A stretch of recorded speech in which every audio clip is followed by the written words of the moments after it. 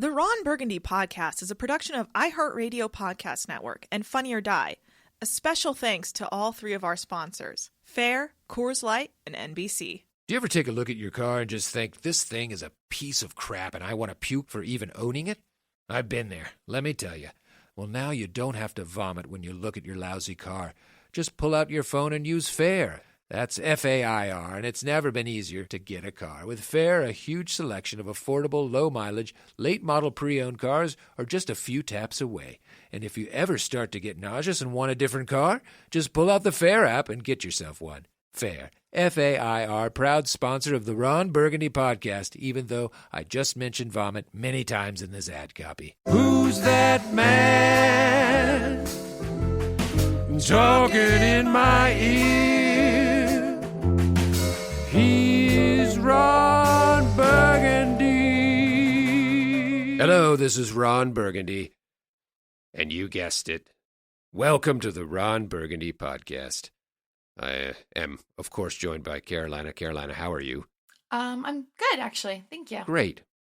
You look very pretty today, I'm just going to say. What? Really? Yes. You've literally never said anything complimentary about how I look. I got 18 hours of sleep last night, so I feel very refreshed. Today's show is quite fascinating. We are going to be talking about the internet. And the internet, for those of you who don't know, was originally created by the U.S. military as a way for members of our armed forces to trade baking recipes with each other. Interesting. Since that first computer was connected to another computer by Alexander Graham Bell all the way back in 2004, the internet has no doubt revolutionized the way our world works today and changed our daily lives. I like to call the internet the information superhighway. That's a phrase I invented myself last night as I was preparing research for this podcast. I had to do all the research myself because Carolina didn't fax any notes to me like I asked her to. There are so many things wrong with what you just said. There's so many factual errors. You know what? I did fax you the notes for today's show. You did?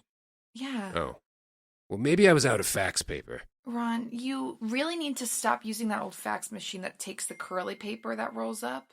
The ink gets all over your fingers. I've offered numerous times to get you something more modern. Hey, if it ain't broke, don't fix it. But that's the point. It's very broken. Well, whatever the point is, I think we can all agree on one thing. The internet is here to stay, right? Sure, yeah, it will. It's not going anywhere. Mm-hmm. However, it's never been more dangerous. I don't like to contribute to the culture of fear, but the internet is truly terrifying. Right now, look at your children. They aren't safe. The elderly are at constant risk. And if you're going to use the internet, you must take extreme caution. And that's why I'm so glad to have our guest today. His name is Richard Greenberg, and he's what's referred to as a cybersecurity expert. So he knows all the ins and outs of the mercurial intranet. This is going to be fascinating. It doesn't have to sound so spooky. To crack open his skull and figure out what's swimming around in there. Sure. Right? Yeah, it'll be a basic interview. Crack that thing open with a ball-peen hammer. Whoa. And pull out all the goop. Come on. No, but I mean metaphorically. Sure. Yeah. It just sounds okay. On the other side of this wall is Richard Greenberg. He's waiting to just come in. Cybersecurity expert. Let's make it sound more warm and welcoming.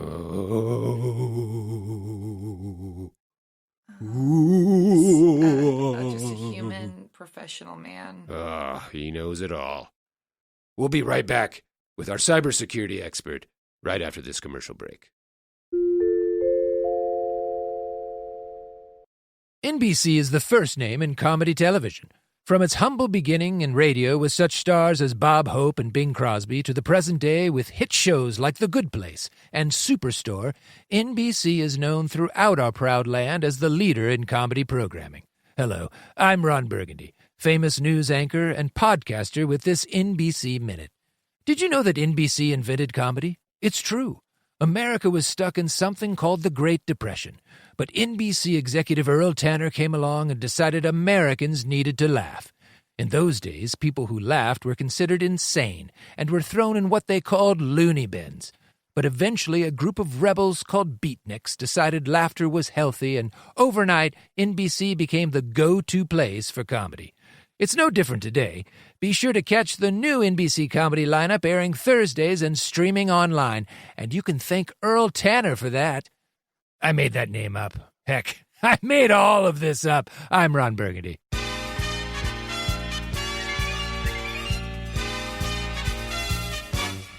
And welcome back to the Ron Burgundy Podcast. This is Ron Burgundy. And we are joined right now by our cybersecurity expert, Richard Greenberg. Richard, thank you for joining us here on the podcast. My pleasure. Thanks for inviting me. Richard, can I call you Dick? Do you go by Dick Greenberg? The last person that did that had an unfortunate accident. Okay. But you can Fair call enough. me whatever you want. No, I'm going to call you Richard. I'm not going to mess around with that stuff. Let me just start off by saying, what is a cybersecurity expert for those listening? Well, we all know that the hackers are looking to get all of our data everywhere. Who are the hackers? Is that a musical group? Well, there are good hackers and bad hackers. We call them white hat and black hat. Whoa. Okay, here we go. Yeah, here we go. So the white hat hackers are the Right. guys that look for vulnerabilities to try to help us identify where we're weak and what we could fix. Oh. The black hat hackers are the criminals. Or the real ones who They're- they want to get the good stuff. They're in Estonia and Russia and China and a variety of different places, and they're trying to get our data because it's monetized. Every piece of information, credit card, social security, medical records, it has value on the dark market. Mm-hmm. So you're a cybersecurity expert. Do you carry a badge and a gun? Nope, that would be a physical security expert. Because it seems like you should have a badge and a gun with you at all times, It's hard to shoot the internet. That's the problem. because you're dealing with cyber criminals. Exactly. But you're not seeing them. Yeah, they're kind of, we call them, they're in virtual space. Have you ever by chance met one of these cyber criminals and remembered their handle and been like, wait a minute. You're a soccer girl 23. Yeah, you look familiar to me. Soccer Girl 23. I haven't done that. Okay. Yeah, they're out there, though. Mm-hmm. Let's talk about passwords. I know those are Sure. important, right? And of course, I'm not talking about the old game show password. Nobody thinks that. I was actually up to host that show, but they went with a real lightweight instead. We don't need to get on that tangent. But I'm talking about the passwords you use for security purposes. Now, for myself, I just use the same password for everything in my life. Is that the right thing to do? Absolutely not. Oh. And as a matter of fact, tell me what it is and let's discuss it. Oh, I'm happy to. It is 80085, which, you know how I got that? How? Well, because if you type that into a calculator and you turn it upside down, it spells boobs. Oh, okay. So, Hilarious. Okay. Would you consider that a safe password? It's easy to remember. right. Yeah. That's the good part. Yes. The bad part is that the black hat hackers Right. now share tools, and they have ways where they can run scripts in computers and try thousands, hundreds of thousands, if you will, password combinations, just random letters, and they would crack your password In about 3 seconds. No, it might take a minute. Depends. Well, I'll take that. I'll take those chances. Yeah, You will? So you're saying it's not a safe password? not at all. And also, you really can't have the same password in all your accounts, because if one is broken, It's then done. everything. It's curtains. As they say, they have the keys to your city. And I said it on the air here, Yeah. too. No, there's no way that boobs could still work. You know what? It's locked in. It's locked into the old noggin. So Do you want to take a minute and go change it? what would be some other good passwords? Well, we don't want to say those either. Boobies? So one of the I can give you some advice Please. to help formulate one. Yeah. And this is, Bloobs. All right. now what you could do better than a password. Oh, chi-chis. Those are just words. Yeah. So Ron, better than a They're words password. that mean certain things. Oh, bazoombas.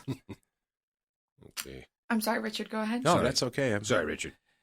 I see he's focused. Got like 5 passwords ready to go.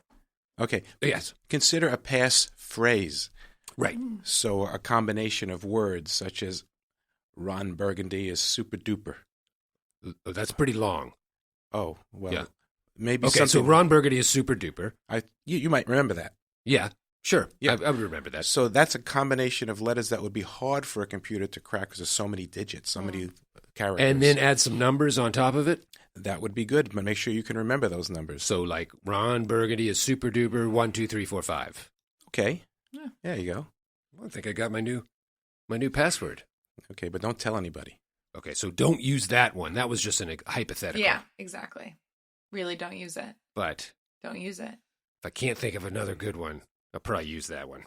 Let me ask you about the dark web. What is the dark web?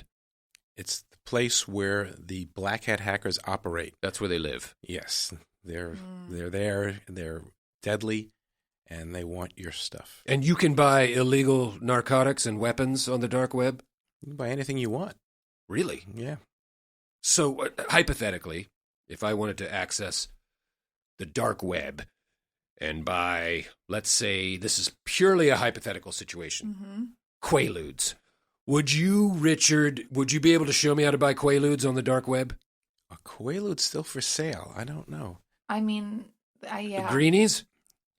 Ludes? Ludes. Greenies are amphetamines. Never mind. Well, they might have replaced those with more effective drugs. Yeah. Okay. Man to man, we'll cut this out of the podcast. Richard, can you get me some Quaaludes, regardless of whether it's with the dark web or not? No, that would kind of compromise my position. I appreciate your honesty. Yeah. I appreciate your honesty. But I can understand the sentiment. Because a lot of people in my stature would say, sure, Ron, I'll get you whatever you want. And Sure. Thank you. Okay, I'm sorry I can't Thank help you you. for being a man of your word and integrity. Okay, I'll just have to go somewhere else, hypothetically. Okay. So, I've heard all about this cyberbullying, right? And to my understanding, it's when you post something to the internet and that someone doesn't like, and that person will actually drive over to your house and punch you right in the face. How do we protect ourselves against cyberbullies? Cyberbullies act out of immaturity or insecurity or a variety of other psychological things. Mm-hmm. It's the same thing in the real world. When I was a kid, I got beat up by a bully. Right. And I'm sure lots of people listening had the same experience. It's no different. It's only online. The problem with online, it's one, everybody can hear it and see it, and it's forever. You can't withdraw anything that's on the internet. So not just 2 or 3 people standing around see or hear it, but everyone on everyone's social network will see it. You know what else is for forever? What? A diamond. Is this an ad? Diamonds are forever. Let's move on. K Jewelers. All right. Robots. Are they our friends or our enemies?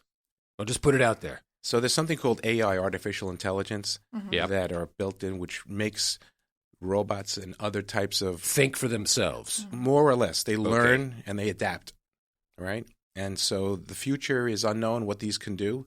But there's no use today really in cybersecurity, but I think down the road there will be. So how do we keep a lid on this? How do we make sure that the robots, don't John Connor us? It's a good question. That's more of a political question. That's a reference to the movie Terminator. Yes. There were reports that Alexa's, the Amazon tool, were laughing at their owners and basically scoffing at them. Is that something to worry about? I had a girlfriend named Alexa. Mm-hmm. She used to laugh at me. Oh, I'm sorry, Ron. I would tell her my secrets and, what I wanted from the supermarket, Sure. and she would just laugh. That's Richard, did you ever know an Alexa in your No. childhood? No, I haven't. Oh. I'm sorry for your... that's There's a story sad, there. yeah. What were your secrets and your supermarket suggestions? Well, I would just daydream around the house and say, I'd like 3 extra large T-shirts, a dozen bananas, Yeah. some new sheets. Okay. Yeah. It was probably an interesting couple. We were great dinner party guests. Mm-hmm. And you know what her password was? What? Boobies. On the weekends, Richard, I like to mess around with my CB equipment. Have one in my truck. And I just drive around for hours talking to my pals I've got the muskrat, howler, Dan's